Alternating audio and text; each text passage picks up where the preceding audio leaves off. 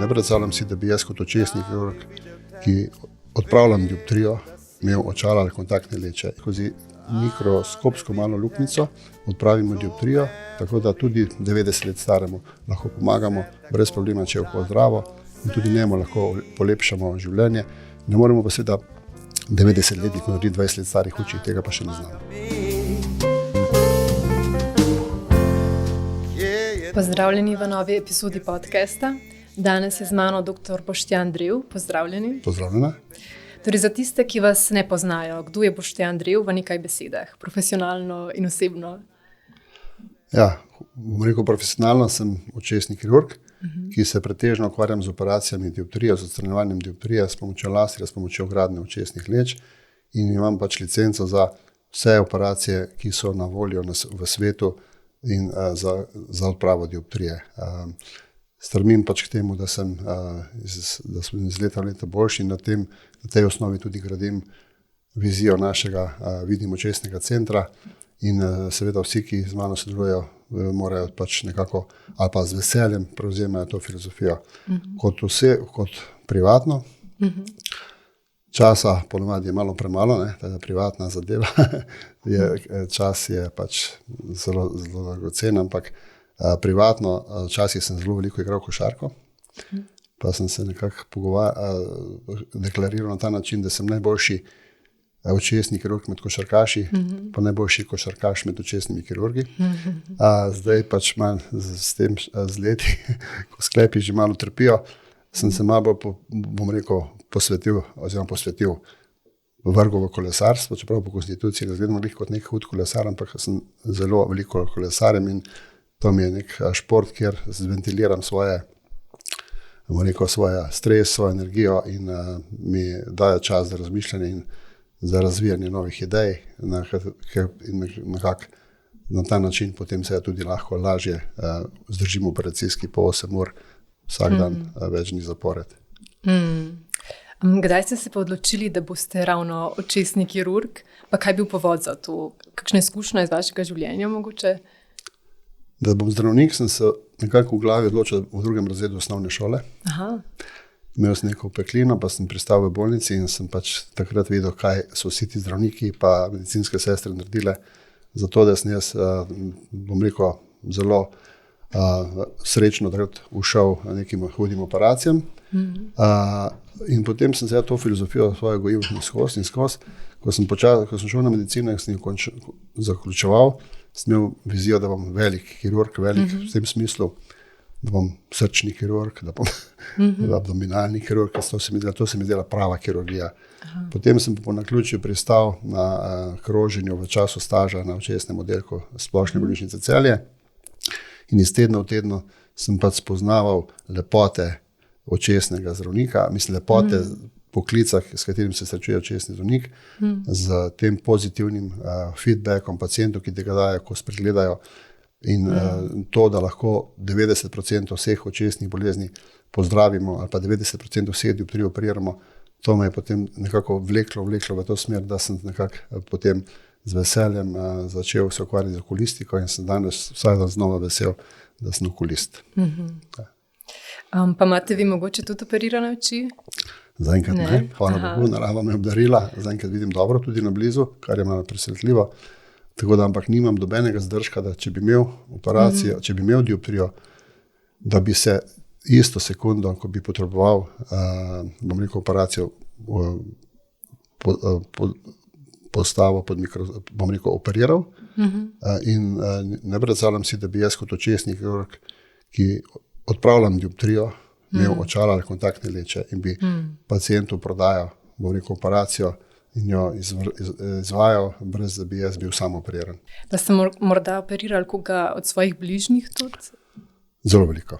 Od svojih staršev, svojih najboljših prijateljev zdravnikov, drugih prijateljev, nekaj od teh ljudi, ki sem jih operiral, je tudi ostalo v našem očesnem Vidim centru. Pomeni, ker so pač tako bili zadovoljni, ker mi je bilo to poslanstvo moje všeč, in ker so zelo dobro še vedno vidijo, so z mano zdaj v podjetju in skupaj gradimo prihodnost podjetja naprej. Pa nam mogoče lahko zaupate kakšne predstavitve oziroma rešitve pa metode, s katerimi pomagate pacientom do izboljšanja videa? Vidim očesni center, v bistvu razvijam s filozofijo, da ponujamo pacientom vse možne storitve, vse možne operacije dioptrije, ki so na svetu na voljo. Pomeni, ni metode, ki jo ne moremo izvesti pri nas. In zdaj najbolj, bom rekel, smo poznani ali pa bili v času, ko smo prvi v Sloveniji začeli izvajati operacijo po metodi SMILE. To je metoda za odpravo kratkovidnosti, kjer skozi mikroskopsko malo luknjico odpravimo dioptrijo in to laser naredi v 9 sekundah. Očesni kirurg pa potem skozi to luknjico to dioptrijo odstrani, nekje v pol minute, cel postopek traja 3 do 4 minutke in pacient praktično že zvečer lahko dokaj normalno funkcionira, brez nekih bolečin, hitro se celi in se v dnevu, 2 lahko vrne v svoj normalni delovni ritem. In tudi športniki recimo po tej operaciji lahko čez 3 dni normalno trenirajo, tudi kontaktni športi, rokomet, košarka, judo. Ta metoda je v bistvu nas nekako pomagala tudi dvigniti nad ostale centre v Sloveniji in je bila tudi neka odskočna deska za to, da smo postali bolj prepoznavni kot tako v Sloveniji, kot tudi v širši regiji, kot bivše države, naše skupne države Jugoslavije. In seveda tudi regijsko Avstrija, Italija in mogoče tudi Madžarska. Torej, naslednje vprašanje bi bilo s tem v bistvu tudi povezano. Torej, bi se dotaknila ponudbe konkurence, predvsem v očesnih centrih iz držav južno od Slovenije. Bi lahko kaj več o tem povedali? Ja, definitivno se operacije izvaja tudi na Hrvaškem, kot mogoče pacienti ali pa stranke, ki iščejo odpravo dioptrije, vedo. Gre to predvsem na račun oglaševanja v preteklih letih, na začetku, bom rekel, tudi moje kariere, ko je pač bilo oglaševanje za slovenske zdravstvene ustanove, za oglaševanje zdravstvenih nekako prepovedano po kodeksu zdravniške zbornice. In takrat so pač agresivno nastopali centri iz tujine, ki so pač to oglaševali in marsikdo tudi še par let nazaj niti ni vedel, da je to možno izvajati tudi v Sloveniji. Zdaj glavna prednost, tudi na tujini, na Hrvaškem so dobri centri, ampak če gledamo zdaj primerjalno, je okulistika sama po sebi, razvoj, bom rekel, nivo okulistike in stopnja te kvalitete, ki jo ponujemo v Sloveniji, napram Hrvaški na višjem nivoju. Ne morem zdaj vseh klinik v Hrvaškem recimo enačiti, tako da ne morem vseh nas v Sloveniji. Glavna prednost recimo našega očesnega vidnega centra je pa ravno tem, ko sem že omenil, da izvajamo vse možne operacije dioptrije. Tukaj se mi zdi to zelo pomembno, z naslova, da pacientu res predstavimo najboljšo možno rešitev za njega in da seveda potem pacient tudi, zadovoljen pacient seveda generira potem novega pacienta. Drugje je pač mogoče problem, da ne ponujajo vseh teh storitev in ravno z tega naslova pacient mogoče ne dobi najboljše možne rešitve za njega, s tem je pa mogoče tudi zadovoljstvo pacienta malo slabše in ne nazadnje tak pacient ne bo pripeljal novega in bo nekako negativno govoril naprej o teh operacijah in tudi za nas, ki to prijemo, to ni dobro. Pomeni, pacient mora vedeti najboljšo možno rešitev in dobiti najboljši možno operacijo, ki je za njega primerna. Drugače pa vse več očesnih težav zaznati tudi pri mlajši populaciji. Kakšne rešitve poznamo zanje, pa kje je ta neka starostna omejitev, pa pogoji, da je pacient sploh ustrezen recimo za odpravo dioptrije? Ja, v mladosti, v bistvu v času razvoja pubertete, tam rasti je pač najbolj pogosta okvara, bom rekel, ali pa anomalija, dioptrija, ki se pojavlja ta kratkovidnost, šolska kratkovidnost. Zaradi uporabe teh vseh pametnih telefonov in teh bližinskih bremenitev računalnikov otroci pač so vedno bolj pogosto kratkovidni. Govorimo o epidemiji kratkovidnosti, tudi 30-40% otrok v bistvu v nekem starosti, tam 14-15 let, je kratkovidnih. To minus, ne vidijo nadaleč, vidijo na blizu. In to je ta ena velika skupina ljudi, ki jih je vedno več. Druga velika skupina ljudi, ki potrebujejo ali pa se odločajo za operacijo dioptrije, je pa ta, ki je povezana s starostno daljnovidnostjo. To je pa takrat, ko se lastna očesna lečka ni več dovolj prožna, po 43-45 letu in potrebuje ljudje očala na bližino. Praktično vsak od nas se bo nekoč srečal z eno od dioptrij. Otroci pač bolj s kratko vidnostjo, redkejše so daljnovidnosti pri otrocih, pa mladostnikih, z leti pa vedno večja vrednost postane ali pa je praktično nemogoče, da se izogneš starostni daljnovidnosti. In vse te metode, ki jih izvajamo, lahko rešijo vsako od teh anomalij, kot kratkovidnost, daljnovidnost, astigmatizem ali cilindar, kot tudi starostno daljnovidnost.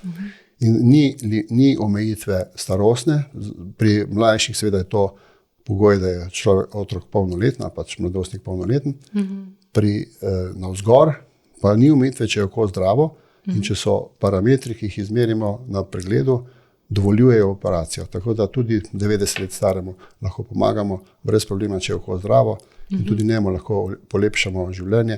Ne moremo pa seveda 90-letniku narediti 20 let starih oči, tega pa še ne znamo. S kakšnimi strahovi se pa recimo soočajo pacienti pred operacijo? Ja, pacient v bistvu največji strah, ki je prisoten pri njih, je ta strah pred bolečino, da bo operacija bolela, pa strah pred slepoto. To sta dve stvari, ki jih pač pacient vsakodnevno, ne pa prav vsak, ampak večinoma izpostavi. In jaz mu vsakemu povem, da bolečine ne bo, nikakršne, da tudi pooperativno te sodobne metode ni bolečin, mogoče malo ščemenja v očesu, malo neprijetno občutek prvih par ur, praktično zvečer pacienti vidijo, dokaj normalno, naslednji dan sami funkcionirajo. Strah pred slepoto je pa odveč tudi z tega naslova, ker se je tehnologija diagnostike pred operativnim posegom razvila do take visoke stopnje, da zdaj lahko mi zelo dobro predvidimo neke stvari, ki včasih zaradi teh, ker ni bilo teh natančnih, pa tudi nismo mogli. In zdaj lahko na ta način se izognemo tudi morebitnim komplikacijam po posegu, ki se moče 10 let zdaj nismo mogli. In to je zdaj, to pacientu povem, da ta tehnologija, ki jo naredimo, ta pregled, ki ga naredimo, je pomemben. Tudi kakaj pacientu odsvetujemo posega zaradi tega, da mu ne bi recimo škodovali. In pacient seveda mora ta njegova želja po pravi dioptriji, sem rekel, na prvem mestu, potem seveda ti mora zaupati in tudi mora to, kar mu mi predlagamo, prespati, premisliti. Ni smiselno, da pacient gre naslednji dan na mizo, kar se nekje ponekod dogaja, in da se tudi da se tudi meritve večkrat zapored ponovijo. In tudi, če vidimo neko očesno bolezen, da jo predhodno zdravimo, pa potem še vedno možno oko operirati. Ne pa, da gremo operirati in po se tem zono prvo bolezni ukvarjamo. Tako da operacija je varna, ne boleča, okrevanje je hitro. Par dni. In to je zdaj za ljudi zelo pomembno v tem hitrem tempu življenja. Nihče si pač ne more privoščiti, da bi zdaj, bil 3 tedne doma, pa da bi en teden trpel, pa v temni sobi sedel, ker ga pač oči pečejo, bolijo in to ne gre. Mislim, enostavno si tega ljudje ne privošči in tudi njega ne želijo. Ta pacient ne bo potem seveda tudi dobre novice širil, ker bo rekel, če bi se enkrat mogel se odločiti, operacijo ne bi šel. Pacient tu pa večinoma po operaciji je tako vesel in mu je samo žal, da ni že predhodno tega naredil. Če bi vedel, da je to ne boleče, da je tako enostavno, bi se odločil že zdavni in mi je žal, da nisem tega prej naredil. To je največkrat pogovor s pacientom dan po posegu ali pa že na dan operacije. To je, se mi zdi res, mislim, da res neverjetno. Pa kdo, ki ima -10, pa kar naenkrat na 10 dan vozi brez očal. Mislim, to so take pozitivni feedbacki pacienta, ko te hranijo in ko te tiščijo naprej, da enostavno iščeš nove rešitve in se nekako hočeš nove metode, da boš lahko prav vsakmu pomagal. Katere so bile včasih neke najbolj pogoste očesne težave, pa recimo, ko nekih tehnologij še ni bilo sodobnih, tako množično razvitih, pa kako ste jih zdravili in odpravljali, pa ali so očesne težave v zadnjih letih, če so se spremenile na kakršenkoli način? Ja, okulistika in tudi očesna kirurgija se zelo hitro razvija. Pomeni, da če ne slediš trendom, je zelo težko pacientu ponuditi najboljšo možno rešitev. Če bi me do 10 let nazaj vprašal, kaj bomo danes počeli, pa še celo 5 let nazaj, bi rekel, da je to skoraj nemogoče, da je to znanstvena fantastika. Danes, ko že vem, kam gre trend, se samo še veselim novih metod in novih rešitev, ki bomo lahko pacientu ponudili. Tako da zdaj, recimo, včasih je bil največji problem zdravljenje očesnega pritiska, potem smo ker pač enostavno ni bilo teh zdravil, ki bi to reševali, zdaj se to s kapljicami rešuje. Potem je velik problem še vedno starostna siva mrena, ki pač tudi zaradi čakalnih dob otežuje pacientom normalen način življenja, ampak vedno več ljudi seveda tudi razmišlja o tem, da ne bi nosilo očala ali kontaktnih leč. In ta skupina ljudi je pa tista, ki nekako jo tudi najbolj rešujemo oziroma ki jo z našimi metodami najlažje rešimo. Ne. Seveda zdravimo pa vse očesne bolezni v našem vidim očesnem centru, od očesnega pritiska, okvar na očesnem ozadju, v rumeni pegi, kot tudi seveda operacije sive mrene. Glavna naša storitev je pa to, kar sem že omenil, odprava dioptrije. Kaj pa recimo v prihodnosti čaka neke mlajše generacije, glede na nek hiter razvoj vseh tehnologij? Ja, bojim se, da jih čaka kratkovidnost. Te mlade, tako sem že prej omenil, ta neka študija pokaže, da v smer tega, da bo leta 2050 8% otrok kratkovidnih ali celo več. Ne. Pomeni, ti otroci bodo praktično vsi na očalih. Za nas seveda, ki to operiramo, je to na nek način v redu, za otroke pa, ki so kratkovidni, pa to malo manj. Dobro je, da poznamo rešitve, da znamo pomagati, ne, to je dobro. Je pa problem tudi v teh obremenitvah otrok na blizu. Ne. Včasih so otroci bili na igrišču, pa smo bili, ne. Mi smo žogo brcali, ne. Otroci pa zdaj, njihov glavni šport je pa tipkanje po telefonu. Ne. In to sigurno ni dobro za učino. Pri starejših je pa mogoče nek večji problem ali pa večja težava povezana z suhimi očmi, s tem pretiranim delom na računalnik, seveda tudi oči, te težave pa recimo te okvare, populacija se stara, okvare na očesnem ozadju, v tej rumeni pegi. To je tudi ena stvar, ki pač starostnike doleti vedno bolj pogosto, ampak tudi tu so že rešitve. Kateri dosežek na področju odprave dioptrije bi pa označili kot nek najpomembnejši v zadnjih letih? Ravno to, kar sem prej omenil, ta metoda Smile. Zdaj se sicer imenuje Smile Pro, ker ga izvajamo na laser, ki dela samo 9 sekund, prejšnji laser je delal to 22-24 sekund. To je metoda, ki naredi praktično, laserske odprave dioptrije imajo 30-letno zgodovino. Ne? In od tiste prve metode PRK, potem LASIK, ki ga še večinoma centri izvajajo drugod, se je potem ta leta 2010-2012 začel pojavljati ta Smile. Mi smo ga začeli izvajati v očesnem centru v aprilu, 1. aprila leta 2015. Zdaj bo 10 let, kar ga izvajamo. In smo bili vodilni in pionirji. Jaz sem bil eden od prvih kirurgov na svetu, ki sem to začel izvajati. In naš laser je bil 260 na svetu, če sem si prav zapomnil. Pomeni, in ta laser je sigurno naredil revolucijo v smislu odprave dioptrije. In to, kar smo prej mogli narediti skozi tako veliko luknjico, veliki res, je zdaj ta luknjica 80% manjša, celjenje praktično en dan. In ves trend, 92% vseh operacij, ki jih naredimo za kratkovidnost, je po metodi Smile. In to je zdaj, ta je prenesla velik preskok in v miselnosti očesnih kirurgov in seveda tudi v tem, da je operacija bolj varna za pacienta, manj možnosti komplikacij ali pa praktično nič možnosti komplikacij in da tudi dolgoročno ta dioptrija ostane na nivoju, kot smo jo operirali, da praktično ni potem poslabšanja tekom let. Pa menite, da bodo čez nekaj let superaparature še potrebovale dr. Dreva in druge kirurge, da bo izvajali te operacije na očeh? Mislim, da se očesni kirurgi ne bojimo umetne inteligence.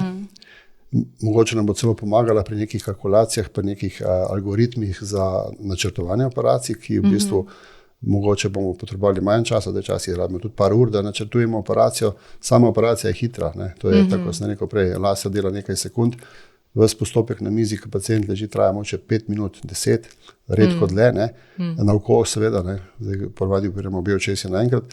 Tako da tukaj je pa res, da nam umetna inteligenca pomaga lahko pri načrtovanju, pri preciznosti operacij, ker ne nazadnje lahko neke slikcije iz očesa projiciramo direktno v mikroskop med operacijo, tako da je dobrodošla, nam bo olajšala delo, še izboljšala naše rezultate, da bi pa zdaj namesto mene tam sedel robot, pa na 1 mikron natančno, pa 4 mikrone natančno po očesu, se dotiko pa mislim, da v tem pa še v kakih naslednjih življenjih to ne bo šlo skozi.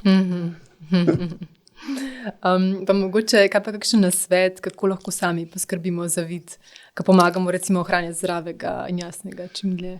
Ja, lejte, zdaj tako zdrav način življenja, to se vedno bolj ponavljamo, vsi ugotavljamo, da z leti pač mogoče bolj cenimo nek način zdravega življenja, pač od tega, da poskušamo zdravo jesti, kolikor pač nam uspe, da se gibamo.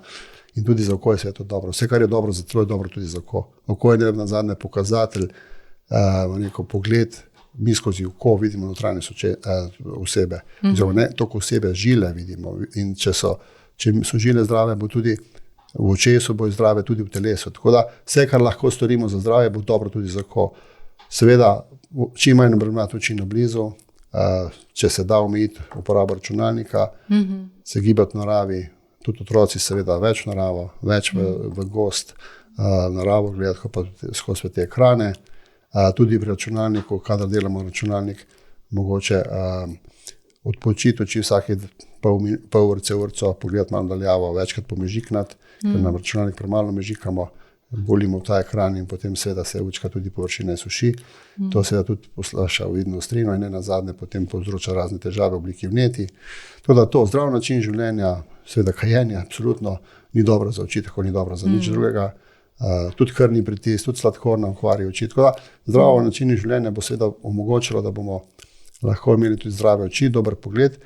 Dioptrijo pa je rešljiva ali z lečami, z očali, tisti, pa tega se ne želi, imamo pa zelo dobre rešitve in tako sem omenil, 90% vseh, ki imajo dioptrijo, lahko z temi modernimi metodami, ki jih imamo na voljo, odpravimo. In metode so varne, ne boleče in rehabilitacija je zelo hitra, pomeni par dni. In seveda je odvisno od tehnike, zato pač jaz vedno poudarjam, da pacient, še enkrat mogoče, da se ponovim, da pacient mora vedeti najboljše možnosti in to, da mu ponudiš vse možne variante, kot jih ponujemo v našem vidnem očesnem centru, je za njega prednost. Da on lahko res potem, ne da on izbere, ampak da zdravnik, očesni kirurg, njemu predlaga najboljšo možno rešitev, oziroma rešitev, ki bi jo naredil teoretično sam sebi ali pa svojemu najbližjemu, da bo pacient zadovoljen.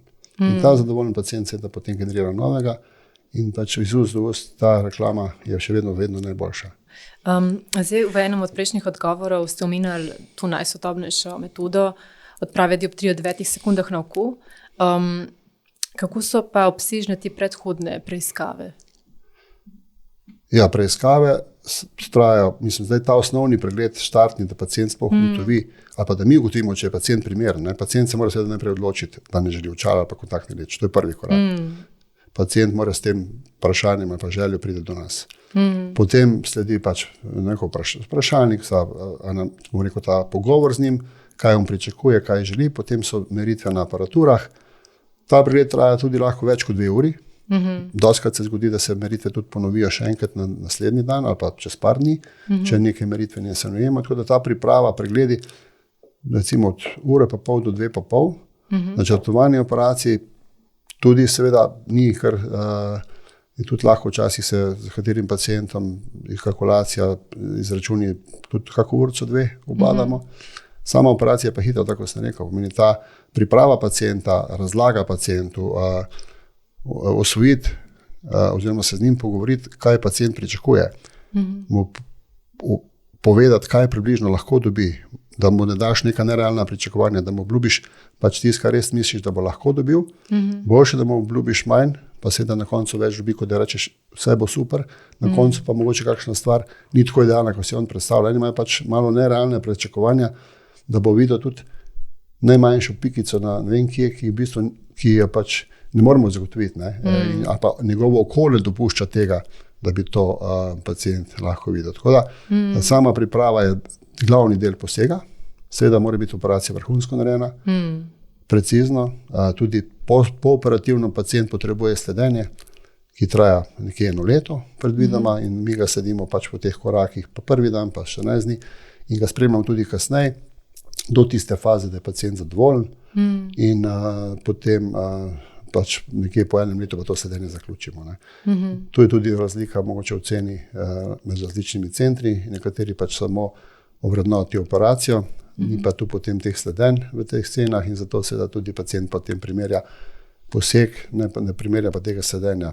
V sodobnem svetu je vedno sledenje pacienta pooperativno všteto v ceno operacije in vsa ta terapija, ki jo on potrebuje do tiste točke, da je super zadovoljen, pa da je srečen, je všteta v tej ceni. Ne. In to je tudi pomembno, da pacient mogoče, ko primerja cene med različnimi centri, da to mogoče ima v vidu. No. Pa še kot zadnje vprašanje, kaj menite, da lahko kot zelo cenjen strokovnjak doma in tujini še doprinesete na vašem področju? Zdaj, pobrskali smo po informacijah o vas in izvedeli, da ste v bistvu pri vas v očesnem centru tako izobražujejo in izpolnjujejo tudi najboljši očesni kirurgi, tudi profesori na medicinskih fakultetah, drugi strokovnjaki, pa tudi, da vas kot predavatelja vabijo na številne mednarodne konference. Tako da ja, kaj menite, no, da lahko še doprinesete? Naš očesni center Vidim je referenčni center podjetja Zeiss za ta jugovzhodni del Evrope. Ne. Ko smo začeli s to metodo SMILE, ki sem jo prej omenil, smo postali pač nek partner podjetja Zeiss in vse, kar izvajamo, vse operacije, ki izvajamo na platformi tega podjetja Zeiss.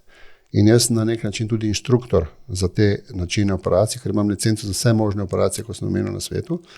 In centri, ki so v okolici, tu v regiji naši, od Avstrije do Budimpešte, Bukarešta, tudi bivša južne naše sosedne države, pač v primeru, da se odločajo, da bodo z neko metodo začeli, pride seveda k nam. Kot na šolanje kirurga, kot šolanje, kako poskrbeti za pacienta predoperativno, pooperativno in tudi ne nazadnje, kako z njim potem recimo, kako pacienta voditi čez cel postopek. Ne. To hodijo zdravniki in tudi ostalo osebe drugih klinik na našo kliniko. In seveda z istega naslova nas tudi povabijo potem na te kongrese, seminarje v to regijo, ki jo pač mi pokrivamo, da to našo filozofijo predstavimo in da nekako dvignemo nivo oftalmologije v tej regiji na čim višje. Ne. Tako kot sem jaz pač, ko sem se učil te metode, šel v Köln, London, Düsseldorf, tako zdaj pač ti z te regije hodijo v Celje.